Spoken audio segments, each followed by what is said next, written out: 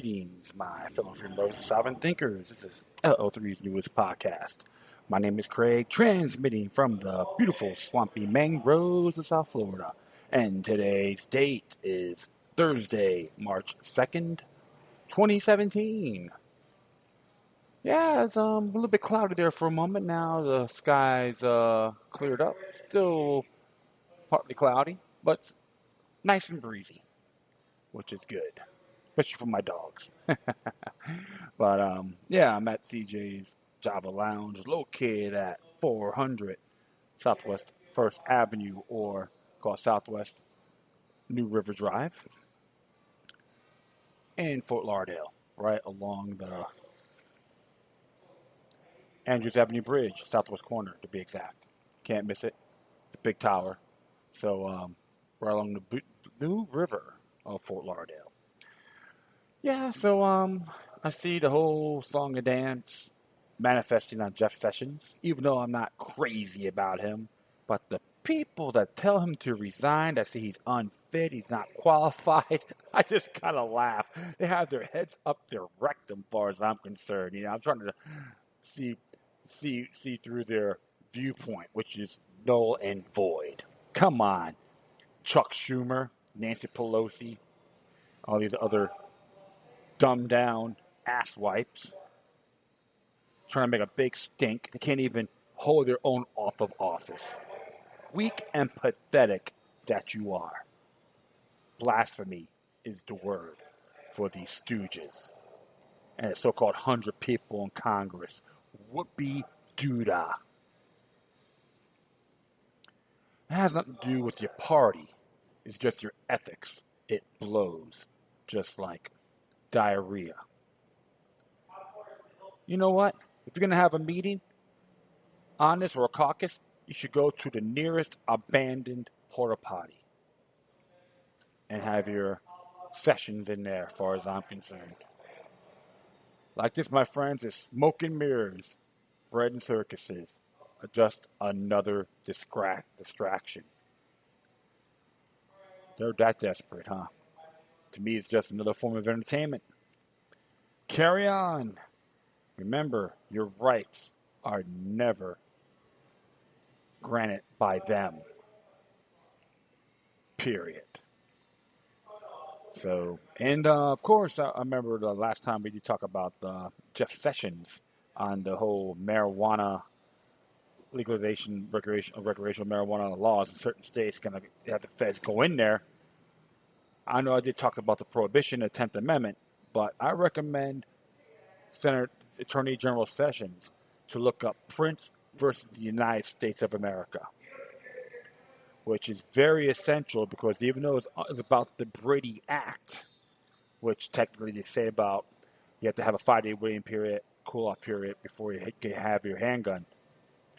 But one of the language in there, I'm just paraphrasing, addresses that to implement this law, you have to use your own funding, okay, by the states themselves. That's called encroachment. And what Jeff Sessions declared is he's going to encroach on the state's jurisdiction, which will be the wrong thing to do and condemning. Any questions? Look up Federalist Papers 46 by James Madison. He made that quote stating that the federal government shall never encroach on states' jurisdiction.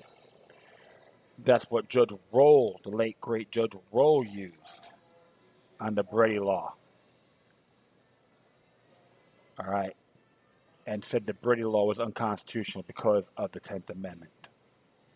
This is why, my friends, if you live in the United States, whether it's local, state, or federal, you have to go multitasking on countering their useless agenda platforms or referendums.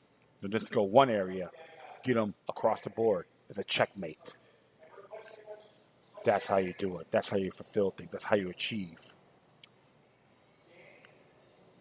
So, I know I'm talking a little bit ranting, which is okay. So, before I want to proceed here, a couple of things I want to be checking out.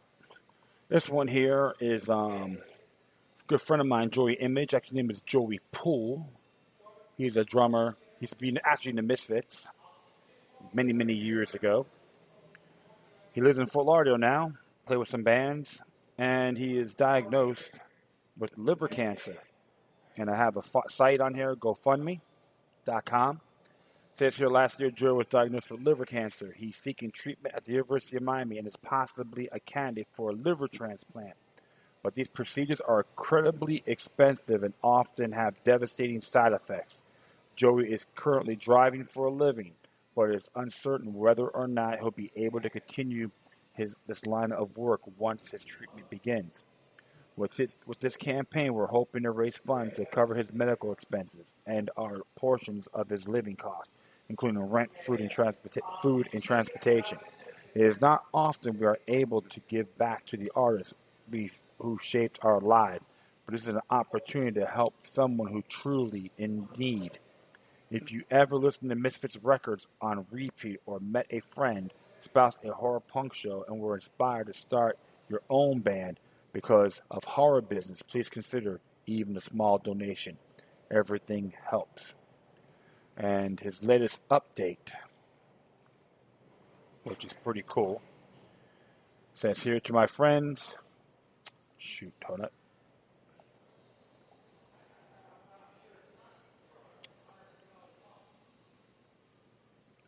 One moment. To my friends, I'm going to see the liver specialist on Friday to get the results of the CT scan and to see what stage the cancer is in. Thanks for your support, everyone. It's Joey with his drumsticks. Ugly as hell, but he's a good guy. And greatly many people are donating. I have put my donations in, so many others. And at this time, is at the 1,320 mark. The goal is $25,000 if possible. Trying to get this out there, and I think this is essential. So I'm going to add that to my footnotes. I wish Joey Poole the best. He needs it. So give a little love, my friends. It's okay. We all have our issues. If you can afford it, even $1, do it. That would be fantastic. Because it's not the money, it's the cause. I know so many of them using GoFundMe is insane. But like I said, I just knew this gentleman and I added it here, which is good. And even my boy Robbie G from Big Cat Cons said the same thing. He was happy that, hey, you got to give a little love, yeah? All right, next one here is actually a petition to repeal the Act of 1871. It's created by D.H. It came out on December 26, 2017. It says here, since the Act of 1871, which established the District of Columbia, we have been living under the United States Corporation, which is owned by certain international bankers, an atrocity of Europe and Britain. In 1871, the Congress changed the name of the original Constitution by changing one word, and it's very significant as you will read it. Some people do not understand that one word or two words difference in any legal document do make the critical difference, but Congress has known and does know this. 1871, February 21st, Congress passes an act to provide a government for the District of Columbia, known as the Act of 1871, with no constitutional authority to do so. And a good friend of mine from Federal Jack, Popeye, has a website on here. You can see it for yourself. It has a video footage. And I've looked into it as well, and I did an episode on it. It's called The United States is a United States is a corporation with a big question mark. And it's good to check out. I recommend it. Do a little donation for this man as well. Hope he's doing fine somewhere up in Florida. Good video stuff, and support it. Sign this petition. It's very disturbing. What's a turnoff, my friends, is right now you got only 56 people signing it. What in the hell you think? What the hell is this? And I see this other garbage on the petitions, unconstitutional petitions, I call it. And they got a lot of people on there. Let's send a message. We got by March 28th to hit the $100,000 goal. I signed as one of the 56 people. And remember, when you sign this, expect a reply. I get that reply, go, yeah, I'm the real deal. We need to be a republic, not an empire. Period. To definitely make that happen, okay, folks? All right, next, this is one I'm going to be talking. I got this from SHTF Plan, but originally came from the altmarket.com, alt/market.com, by Brandon Smith. It's entitled, How Counter Leftist Violence While Maintaining the Moral High Ground. Let me read here. Social division is an undeniable reality of human existence. It is also not necessarily a negative aspect of human existence. The movement a society is forced or manipulated into blindly agreeing on everything is the moment that society begins to die and the future of mankind in general becomes rather bleak. Ideas need to be tested, they need to be scrutinized, and they need to be verified perpetually. That said, there are right ways and wrong ways of doing this. Diving into a culture of zealotry is certainly the wrong way.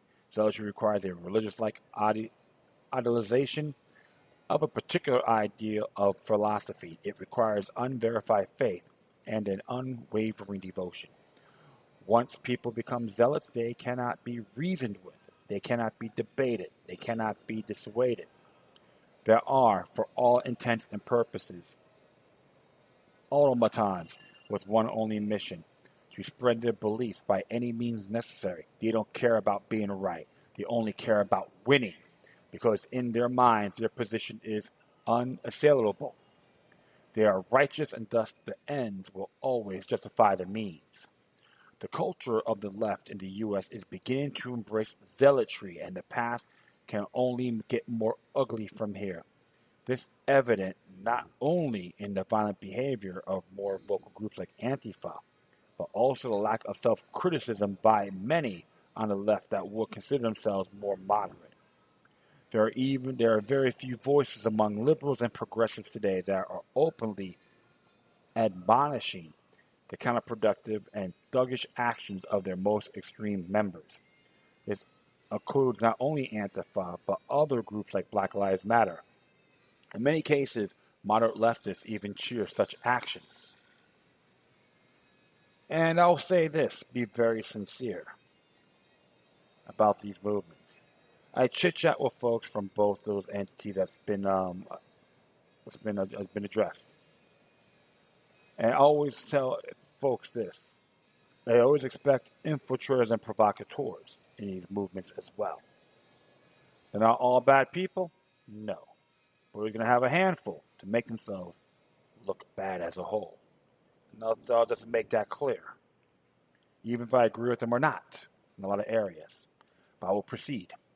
There is a notion among some in the liberty movement to that even point this dynamic is irresponsible because it only reinforces the concept of the false left-right paradigm. Most of these people I find are very newbies to the liberty movement and don't really understand what the false left-right paradigm is. When we talk about the left and the right as an illusion, we are talking about the elites who sit at the top on the social-political sphere, meaning the elites have no loyalties to concepts on either the left or right in politics. In fact, they often switch back and forth like chameleons, depending on what they want from the public at the time. They have their own agenda, which does not include the rest of us. To be clear, I was just as much against the fake conservatism of George W. Bush as I was against the fake liberalism of Barack Obama. This false paradigm does not, however, apply to regular citizens. Further away you get from the top of the pyramid, the more people tend to legitimately associate closer to one philosophy or the other. In times of crisis is uncertainty. These divisions become more pronounced. This is reality. Anyone who argues that there is no left-right paradigm when it comes to the average citizen has no idea what they are talking about. So now, We have acknowledged that the problem exists. Let's examine it more in depth. The problem. All one needs to do is observe the attitudes, insane demands, and criminality of hardcore leftists in the past to see that at least one side of the paradigm cannot be salvaged. They are a lost cause. It is a prime example of how it is impossible to win an argument when your position is fundamentally illogical. In most cases, these protesters can't even specify their reasons for protesting, and they don't really care to examine why they do what they do. They only know that their ideology is not being represented in totality. They are unsuccessful at debating their ideas coherently and don't have the intelligence to convince others they are correct. They aren't going to give up simply because they're wrong, so their only other option is to slander the character of those who disagree, attack them physically, and disrupt their ability to speak freely. Absolutely. Keep in mind there is no moral conundrum for zealots. They believe they are completely justified in what they do because other side represents a greater evil. Labeling their opponents as fascists is to get out of the conscience-free card for them. Makes them feel better. It is important to note that we are not quite at the moment of crisis yet, but I will consider 2017 a turning point. This is where our conservatives and sovereignty champions' decisions now could affect the future for decades to come. I suspect that as we move closer to summer and warmer weather, riots designed to cancel conservative speaking events and random riots with no specific purpose will expand tenfold. Leftists seem to be more active in warmer weather. There is a reason most of them live near the coast. All American citizens, regardless of their political leanings or personal ideas, have the right to speak and the right to listen to those speaking. All American citizens also have the right to redress grievances. This includes leftists. That said, it is important to make a distinction here. No one has the right to silence speech in public spaces in the name of activism. This is where the left has gone off the rails. My right to speak and be heard is protected. Their right to silence me is not protected. There is a line here that cannot be crossed. Conservatives must be allowed free speech in public places, and leftists must be allowed to protest in public places as long as protest is peaceful. Once an individual or group uses force to silence speech, they have given up the moral high ground. Hopefully people out there that manifest on this activity better be listening. I recognize there are paid provocateurs operating among liberal protesters, and that this is likely contributes to higher chances of violence and the madness of mobs. The presence of elitist money among leftist groups has been exposed on numerous occasions. In reference to George Soros' Open Society Foundation, which admitted injecting $33 million into Ferguson protest riots. Washington Can, another Soros-funded group, put out on Craigslist ad in Seattle offering space, pay people $15 to $20 an hour to organize anti-Trump rallies. Washington Can claims this was merely an ad to hire phone solicitors, but they do in fact help organize protests, and nowhere in the ad is phone solicitation mentioned. I don't think this is a stretch to suggest that these paid organizers are present at protests, nor do I think it's a stretch to suggest that they are contributing to the mob mentality. This should be taken in account as well. There are moments in any high-tension protest where the mob can be swayed to remain peaceful or to break out into thuggery. Usually, if the mob sees a few people getting away with violent attacks, this gives them a license to unhinge as well. In proper response to crush all leftist protests simply because of the violence of a handful? No. The key is to disrupt individual provocateurs before they can entice the mob to forget themselves. Normally, this would be a job of police on the scene, but as I'm sure many of them you have noticed recently, Berkeley being a prime example, the police have been reticent to intervene in a tactically intelligent manner. Depending on what municipality they are operating, it seems that when it comes to state and local law enforcement, there are only two modes of response. Either they are mostly hands-off or they go full crackdown. The issue that needs to be considered is when police or federal governments do initiate a full crackdown on all protests, will conservatives cheer the measure? As I have noted in past articles, including globalists want to destroy conservative principles, but they need our help. I believe the greatest danger today is not crazed leftists, but how we respond to crazed leftists. To give some historical perspective, the Antifa movement, for example, is nothing new. It's an old plagiarism of the anti-fascist movement in the 20s in Europe during the 1920s. Antifa was essentially an offshoot of communist movements in Italy opposed to the rise of Benito Mussolini, but then it spread to other European nations. It was in fact the belligerence of communist groups that actually inspired public support for fascist leaders like Mussolini and Hitler. As common people grew fearful of a monstrous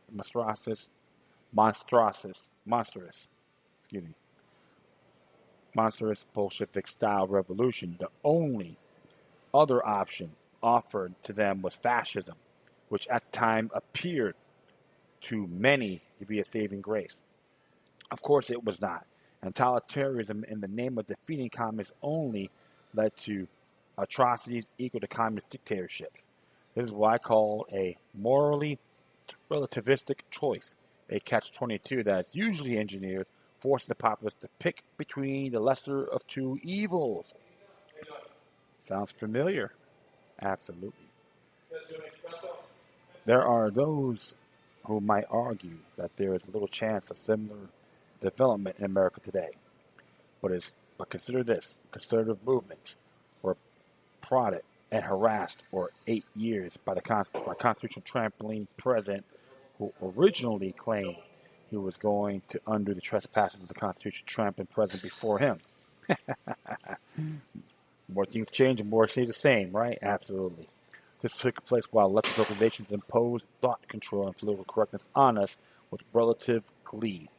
Conservatives have been organizing, training, and arming themselves for nearly a decade in the event that globalist and Marxist ideologies take one more inch of rope. The expectation being that Hillary Clinton would attempt to take a mile. Now, with Trump in office, we are a hammer looking for a nail. This is what the left simply does not grasp. We are certainly not fascist now, but with continued violence from the left, something in the collective conservative mind will eventually snap. My suspicion is that this is exactly what elitists like George Soros wants. They are using... hold on here. They are using the left as the superficial pawns in order to goad conservatives into going nuclear. A little division, and we'd be conquered. That's what he's saying here, Mr. Brandon, right? Mr. Smith. Makes a lot of sense, of course. You gotta look at that too, my friends. Yes, I just gotta look at it here. Yep. Hold on, I goofed up. That's okay. I can just go right back. There are millions of conservatives coming home from work right now, sitting with their families, seeing news each day filled with leftist protesters trampling on all over conservative events and in many cases getting away with it. These conservatives are becoming more and more angry, more and more willing to embrace an ends justify the means reaction. Ultimately, they may very well support a full spectrum government stranglehold on protests and the speech of those we disagree with. This will make us the villain of our little period in history, and this is something I would like to avoid. So the question is, how do we counter violent leftists like those in Antifa without abandoning our constitutional principles? Let's talk about solutions.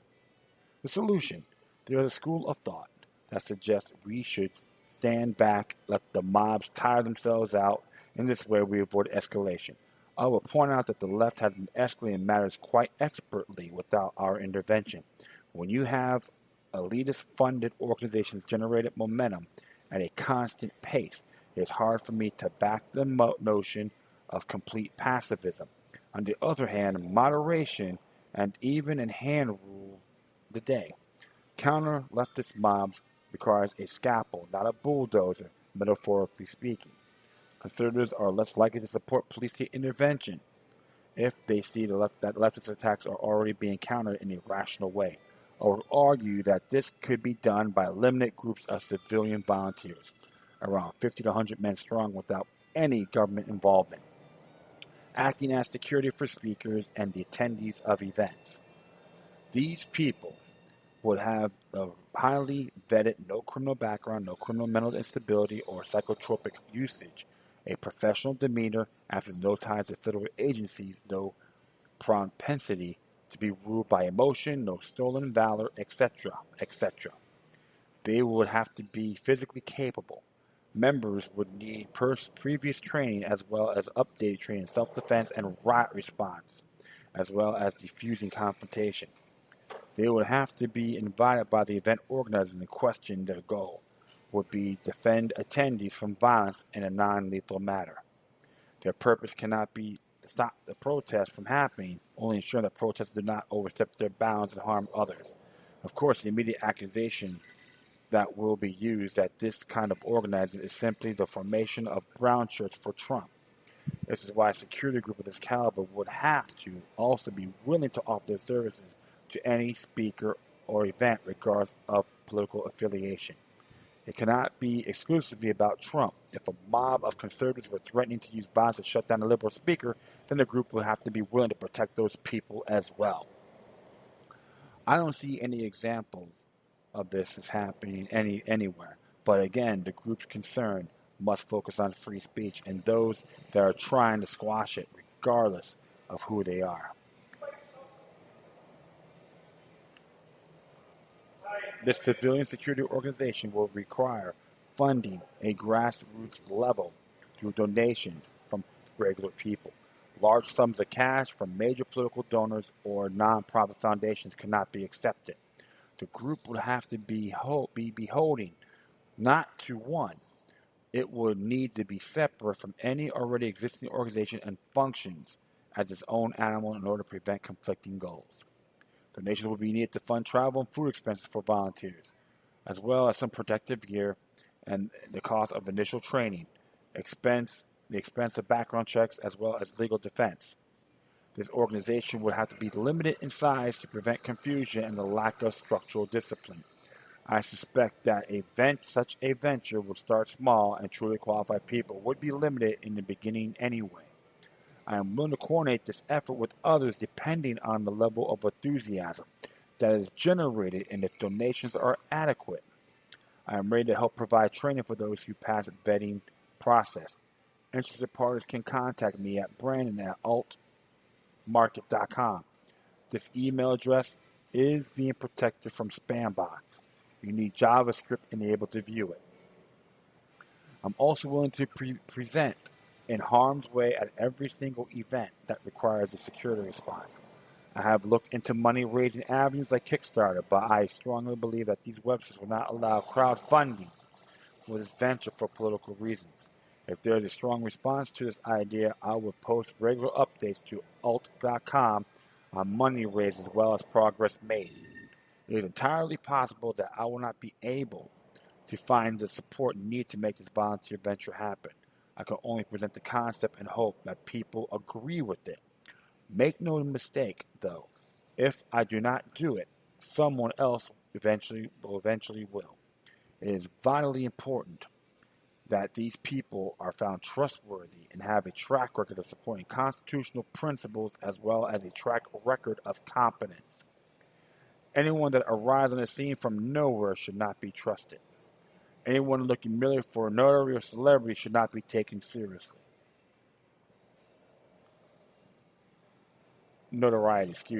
Anyone looking to start a confrontation rather than prevent one should be dismissed.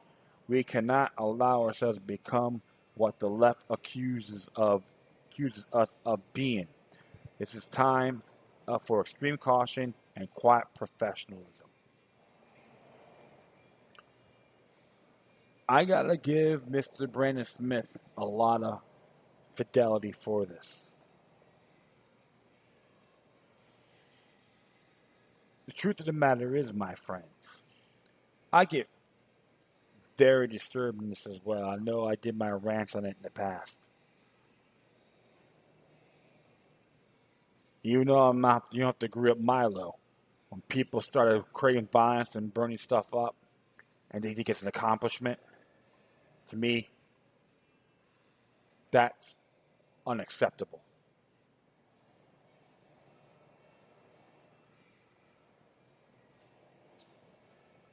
Our First Amendment rights of the U.S. Constitution is essential, period. If you don't like it, get out. I don't need your blasphemous, bend-over-bobbing nature.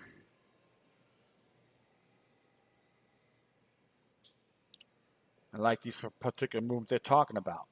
Are they all bad people? Absolutely not.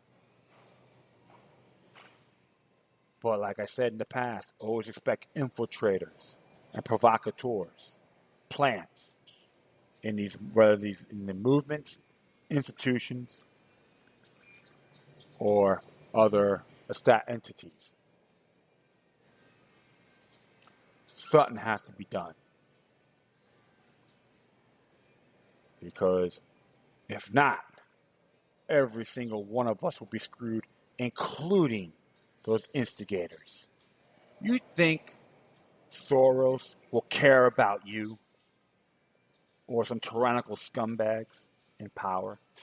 I don't think so. You're just garbage to them. Plain and simple. I may have to contact him on his as well. Because it's my right to see folks have their natural born rights be honored, period, whether if you agree with them or not. And I didn't stop Al Gore from speaking, even though I was critical of him, ridiculed him, but he has the right to speak. Plain and simple. So the so-called groups like Resistance, you guys suck. Seen that ad, wasn't impressed at all. I might just repeat this quote once again.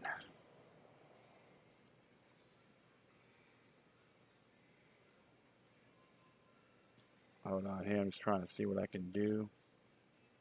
One moment.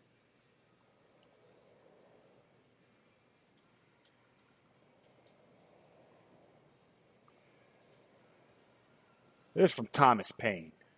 He would make his own liberty secure, must guard even his enemy from oppression. For if he violates this duty, he establishes a precedent that will reach to himself. So hope you dumb down asswipes, instigating buffoons can remember that.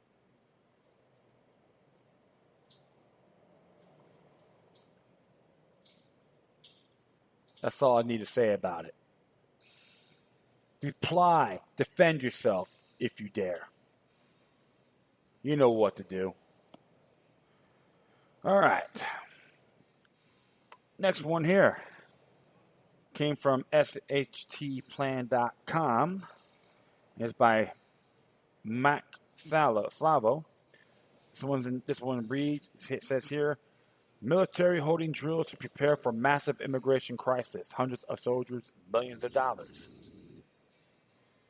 While Donald Trump prepares a new executive order for curbing refugee migration from the Middle East and directives to deal with securing the southern border from unfettering legal immigration, the U.S. military, Department of Homeland Security, and other agencies are gearing up to hold a massive training exercise designed to deal with a large-scale influx of migrants and refugees.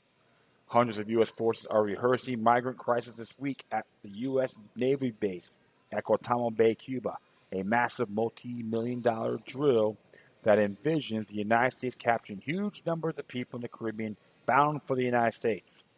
and how the military, State Department, Homeland Security will collaborate on handling it. At the Southern Command, Army Colonel Lisa Garcia said the military was contributing 400 troops and spending $2.5 million on its portion of the month-long exercise to include transportation and airlift. This from the Miami Herald, by the way. Citing 9/11, the Boston bombing, and other instances, Joe Joseph of Daily Sheeple notes that this often is the case that the government prepares for such scenarios just days or weeks before they actually happen. Could it be that intelligence agencies and analysts have identified the potential for economic or political crisis in Central America or the Caribbean region, and they are now preparing assets and response scenarios in the event it plays out in the near future? Joe Joseph weighs in. How would a President Trump respond if there's a real or manufactured humanitarian crisis in the Caribbean? We've seen Haiti in recent years being ravaged by plagues, storms, and political coups. You've got Venezuela, which is down to its last $10 billion in reserves after that they default. A lot of people suffering, and a lot of it's happening down in the Southern Americas and is not getting any attention. And then, of course, the whole drill thing plays into it. How we have seen drills play into these events in the past. A couple days before the Boston Marathon bombing, they had a terror drill. Just before 9/11, they had a terror drill, planes flying into the World Trade Center. Normally, when you can see a drill go down, oftentimes it's a precursor to the real event. There's a video for that. You should check it out yourselves.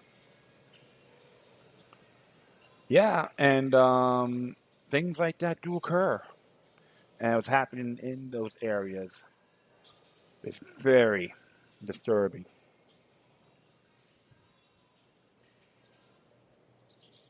Government is considered a parasite to society.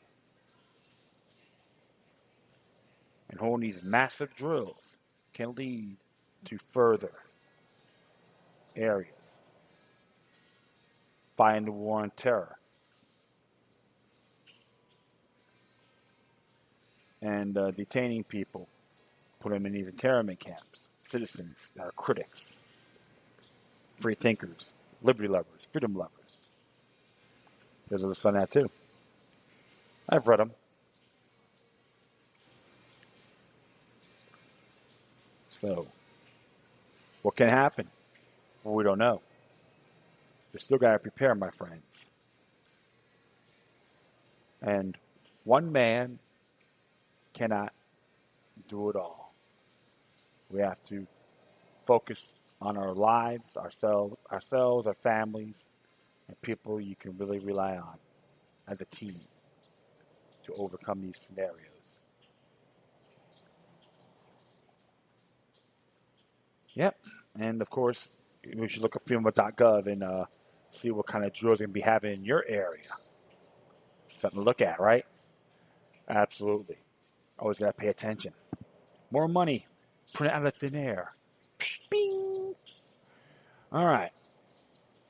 Next one here came from Mercury News. And it's from San Jose. Government emails on personal devices are public records. State top court decides. California's highest court today unanimously ruled that public has the right to see emails and text messages sent by government employees on personal devices, ending a decade-long legal battle that began in San Jose and setting a statewide precedent on public records. A public official could evade the law simply by clicking into a different email account or communicating with a personal device. Sensitive information could routinely evade public scrutiny, the court opinion said. The ruling effectively closes a loophole that government watchdog says was often used to keep communication secret. The government officials have been using this trick of communicating about public business on their personal email or text in order to avoid public scrutiny. Peter Scheer, former executive director of the First Amendment Coalition, it is a great thing for the public. It means the people we elect to represent us won't be able to avoid public scrutiny by using personal email accounts rather than government ones. After San Jose in 2009 refused to release personal emails and texts about a downtown development, one man waged a legal battle that went all the way to California Supreme Court. It set the groundwork for today's 20-page ruling that those private communications are public record. Ted Smith, a former lawyer with a background in nonprofit work, suspected that San Jose officials were using their private phones and email accounts to conceal dealings with former Mayor Tom McHenry, who proposed a development in downtown San Jose. McHenry received a $6 million loan from the city's redevelopment agency. How sweet. In 2009, Smith submitted a request to the city seeking public records involving specific officials related to downtown San Jose redevelopment. The city turned over everything except Smith's request for any and all voicemails and emails or text messages sent or received on private electronic devices used by Mayor Chuck Reed or members of the city council or their staff regarding any matters concerning the city of San Jose, including any matters concerning Tom McHenry. The city arguments were simple.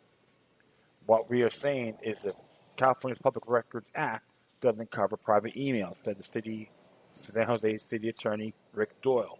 Although the San Pedro Square Market, McHenry's project, is already built, Smith wanted the state's highest court to clarify whether the public is entitled to see those messages. The opinion set as a precedent for all public entities in California, from ward districts to school districts to cities, counties, and state agencies. Final decision, Thursday, Doyle said San Jose will need to craft policies to determine how it collects public records from private accounts. The court opinion only says a reasonable effort to search records must be made, but leaves it up to local agencies to decide how. We're going to have a tread carefully on the issues of how we do a search for records on private devices, Doyle said. It is enough to say, check your devices, let us know, or we will have to sign some kind of affidavit. That's a question. After Smith filed suit in August 2009, the San Jose City Council adopted a policy to release elected officials' communications from private devices. But Smith said his attorney, Jim McManus, said the rules should extend to city employees too. Of course. The High Court agreed if communications sent through personal accounts were categorically excluded from CPRA. Government officials could hide their most sensitive and potentially damning discussions in such accounts, the ruling said. Christine Peake, an attorney at McManus Falker who represented Smith, called it a big win for open government. The opinions gives the public tool it needs to have a functioning democracy because it makes it clear there will be accountability, she said, and private devices can't be used to defeat that. The ruling suggests cities can set policies to prohibit the use of private devices for official business, but it also acknowledged that not all private writings by city workers are public communications, but related in some substantive way to the conduct of the public's business. The court does not acknowledge government workers' right to privacy, Doyle said. If a city official writes a text to their spouse and say their co-worker is an idiot, that may not be a public record. Smith, who was not immediately available for comment Thursday, won at the trial court level, but the city appealed. In March 2014, the appellate court ruled in the city's favor, and McManus firms appealed to the high state court. This story will be updated. Well, I gotta say, I like it. I think it's fantastic. So, one thing I could tell folks, man, is remember, they work for the people, not the other way around. Now I'm seeing this dingleberry Dianne Feinstein talking out of her behind about the whole thing with Russia's actions unparalleled. So they have this whole thing of going after Sessions. You know what? She needs to shut the hell up, resign, you go contaminate space somewhere else, you pathetic hypocrite that she is. Sorry about that. That's a little rant.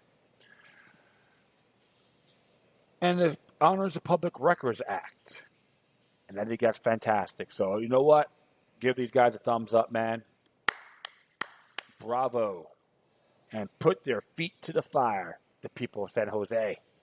You did fantastic. All right. This one here came from antiwar.com. His name is Jason Ditz. Says here, White House, military force an option against North Korea. The Trump administration and Deputy National Security Advisor KT McFarland in particular are seeking the outside the mainstream options for dealing with North Korea. According to reports, and that among these options would be attacking North Korea outright. There's a link for that so you can read it.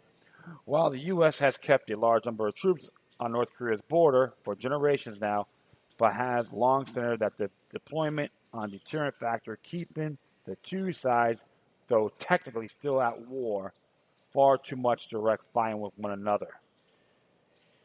McFarland questioned multiple options along with the usual ones, citing a fresh series of provocations from North Korea, including a possible U.S. military attack on North Korea and also possibility of just recognizing North Korea as a nuclear state. Either would be a dramatic shift in U.S. policy, though an outright invasion of North Korea would be particularly shocking to the region, as it would feature a conflict with a nation which may or may not have deliverable nuclear weapons and an arsenal of missiles and artillery that could do massive damage to neighboring South Korea. On top of this, U.S. invasion would be hugely inconvenient for China, and they would almost certainly be expected to absorb large number of refugees that North Korea's military is in many ways only thing keeping the population trying to flee en masse. Oh, good grief.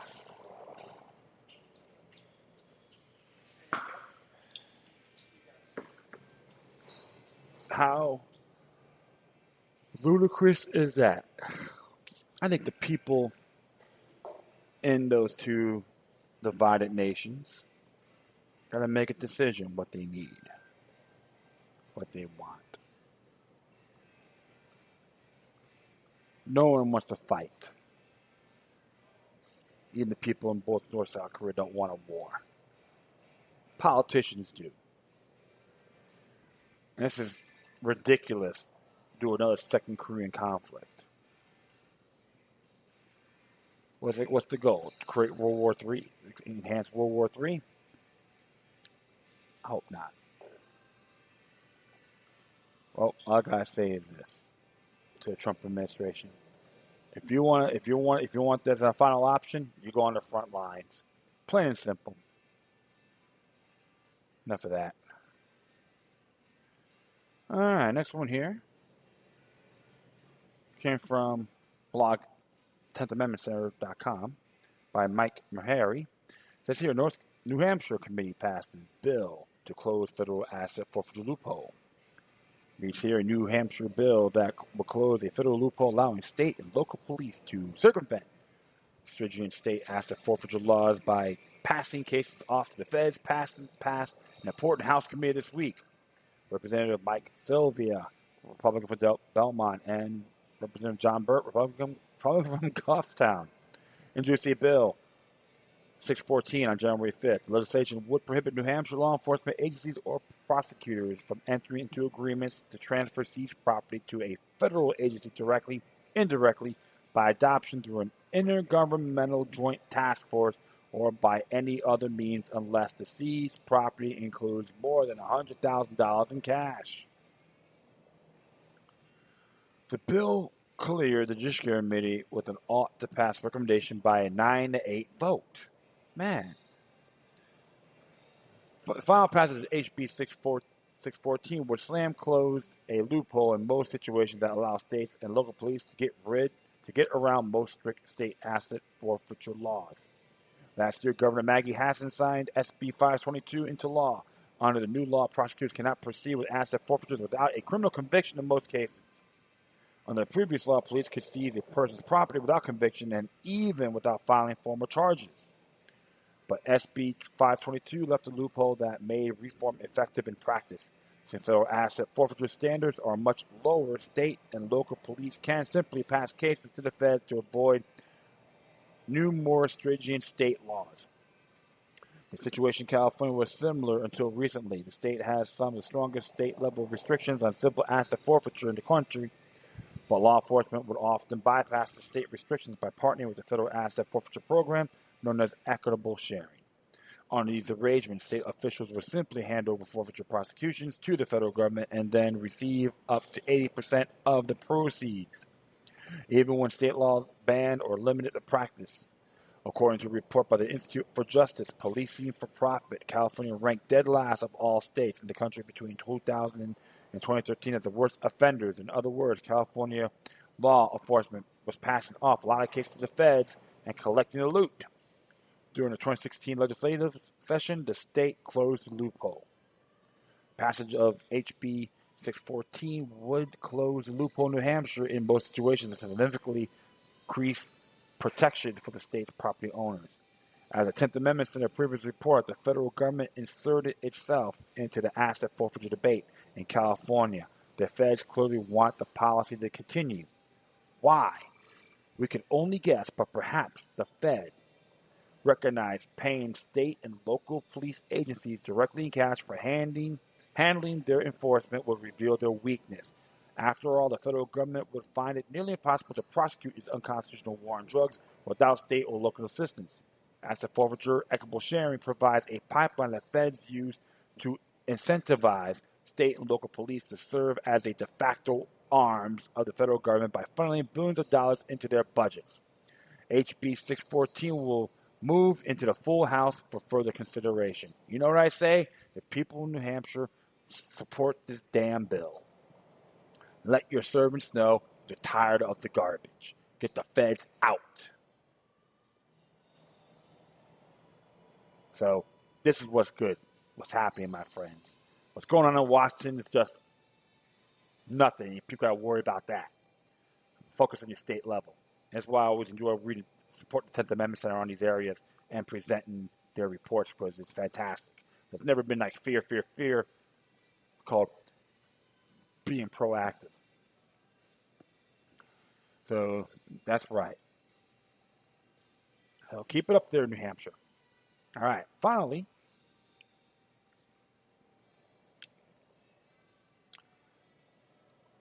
I was reading this last night. I think it's awesome. And it's from Free Thought Project. It was about the whole thing on his Trump speech. Everyone's like, I see on Facebook, everyone praising him, think it's the best thing since sliced bread. And I've taken the initiative of examining a lot of the discrepancies from President Trump's rhetoric. And I'm not the only one. And admit that. Like I said, I hear some cons on many things, like the pipeline and the drug war and a few further things. Feds know best. And, of course, the corporate tax, trying to cut taxes and so forth. But the whole thing is bigger budget in military and infrastructure. We're going to get from out of thin air. Bing! Magic lamp. So, this one came out March 1st by Matt Agarist. It says here, Ron Paul just destroyed Trump's hypocritical speech in an epic tweet storm. The champion of freedom and liberty, Dr. Ron Paul, decided to grade President Donald Trump's speech last night in real time. The result of his series of tweets is nothing short of incredible and highlights how blinded some had become to the grandiose persona of the Donald, ignoring all his broken promises and audaciously accusing his champion of the police and warfare state. When I saw the following tweet on my Twitter feed last night, I got giddy like the kid on Christmas, as I know that Ron Paul is the only person who refuses to compromise on principle and is unafraid of backlash for calling out the hypocrisy of warmongering of the establishment, including Trump. So, it says here, I'm going to be tweeting a real Donald Trump SOTU, hashtag SOTU 2017, and giving him a report card. Opening up his speech, Trump promised to increase military spending. In fact, he announced this week that his administration will increase the already massive and bloated military budget by a whopping $54 billion.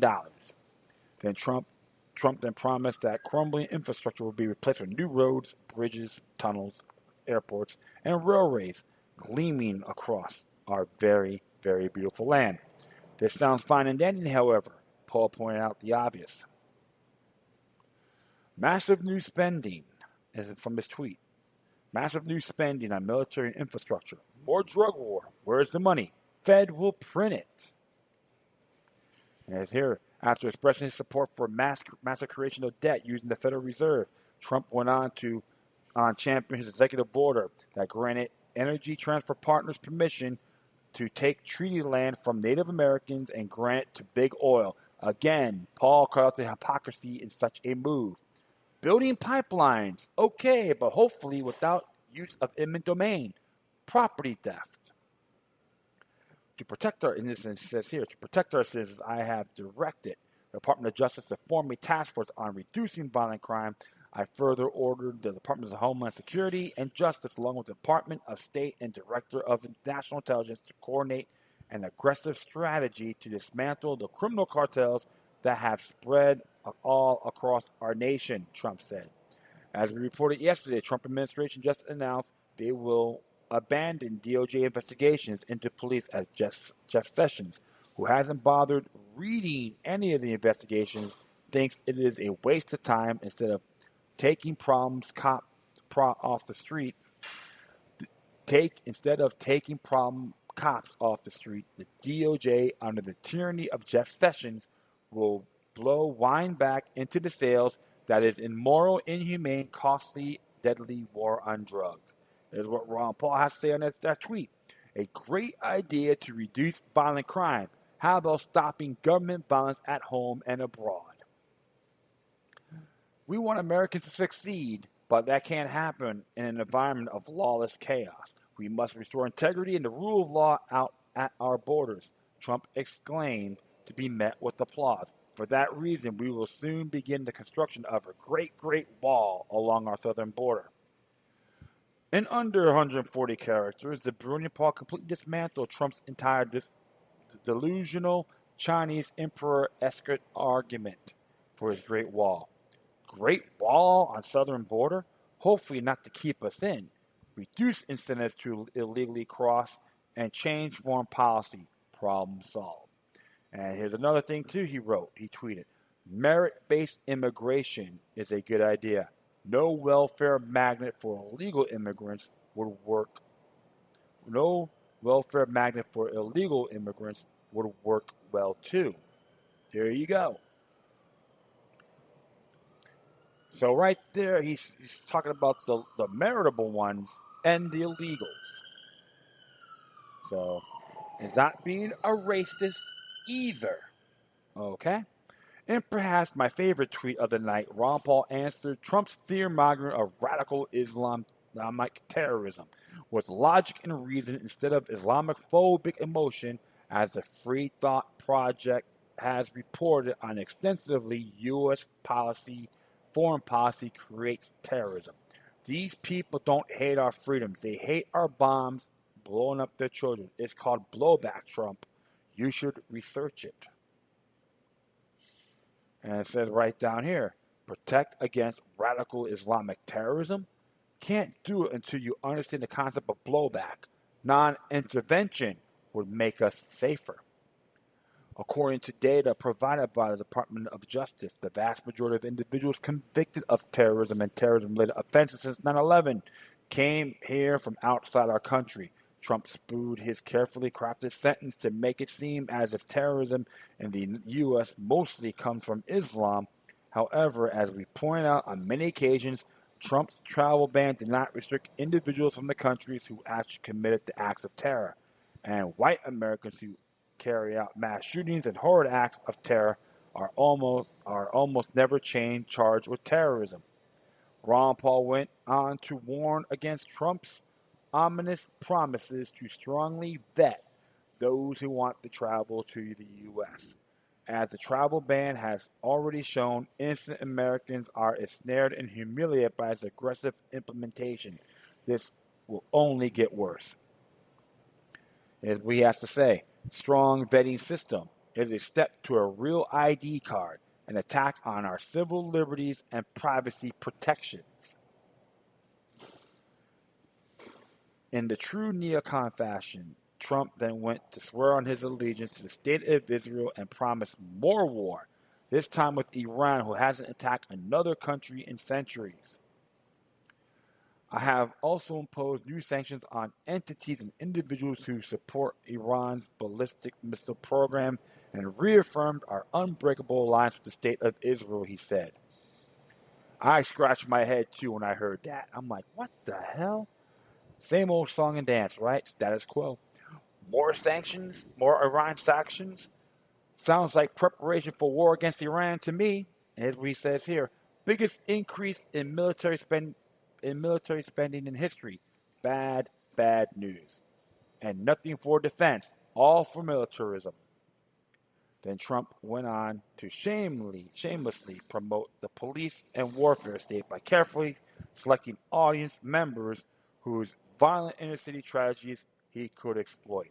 Again, Ron Paul blew his police state argument out of the water. If you want to reduce the violence in our cities, get rid of the drug war.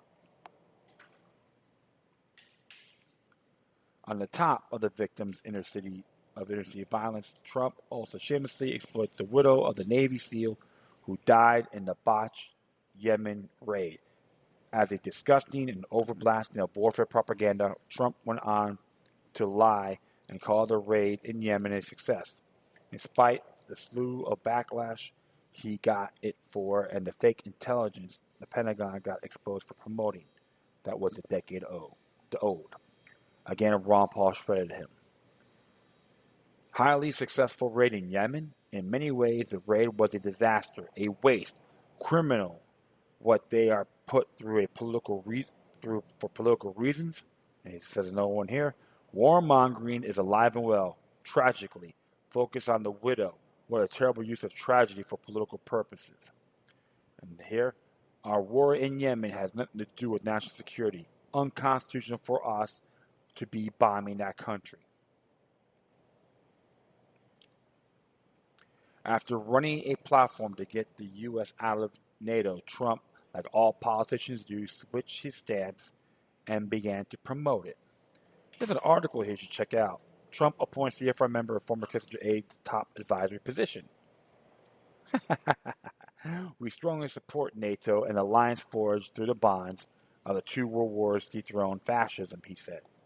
Militarism gone wild. This is Ron Paul's tweet. It's all going off the rails. Strong support NATO? I thought we are getting out. Thought. Trump then hilariously claimed that the U.S. respects the rights of all nations, which simultaneously supporting the massive military industrial complex spreading to more than 100 countries across the world. Free nations are the best vehicle for expressing the will of the people, and America respects the rights of all nations to chart their own path, he said. Ron Paul took that opportunity to state the obvious. Nations can chart their own path? Good. Then we can bring our troops home from 120 countries. I love it. At the end of the speech, Ron Paul gave Trump letter grades of his vision, and he now intends to get there. Trump failed. Now the grades, his visions for the U.S. of his 250th anniversary, A-. His methods to achieve it, he gets F. And the notice here, never said all at the Fed, no spending cuts, no more foreign intervention, word liberty not mentioned once. Ron Paul tweet again, final grade on libertarian scale, plan strategy F, overall D-. Thank you, Ron Paul, for unwavering support of liberty, even in the face of popular ignorance. And those who supported Trump for all the items since he reneged on, it's time to wake up. Trump, like all other puppets before him, are subject to the unelected shadow government which maintains control no matter who's in the White House.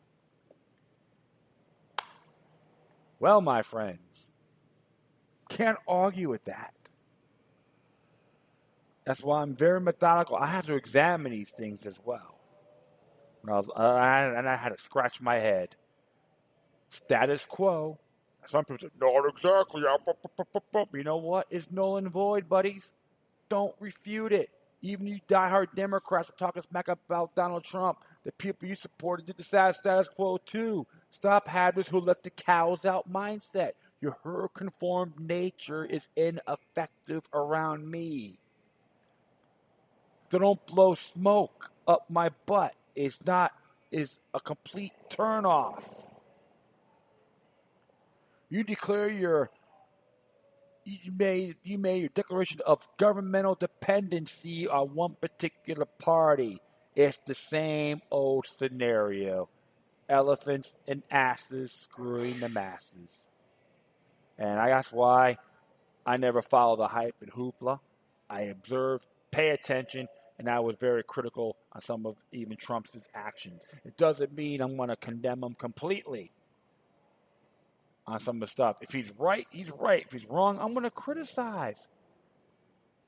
That's what makes the United States, buddies, my friends. Freedom of speech, freedom of thought is righteous.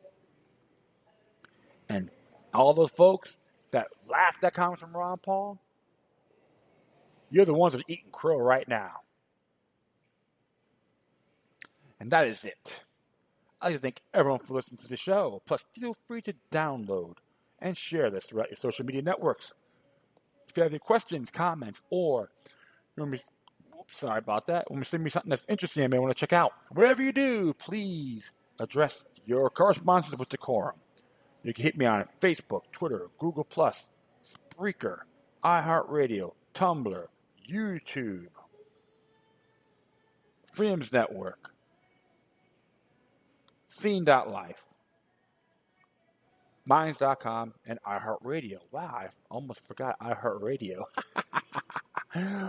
Or you can email me at LokiLuck3, which is LokiLuck3 at gmail.com. All right, friends.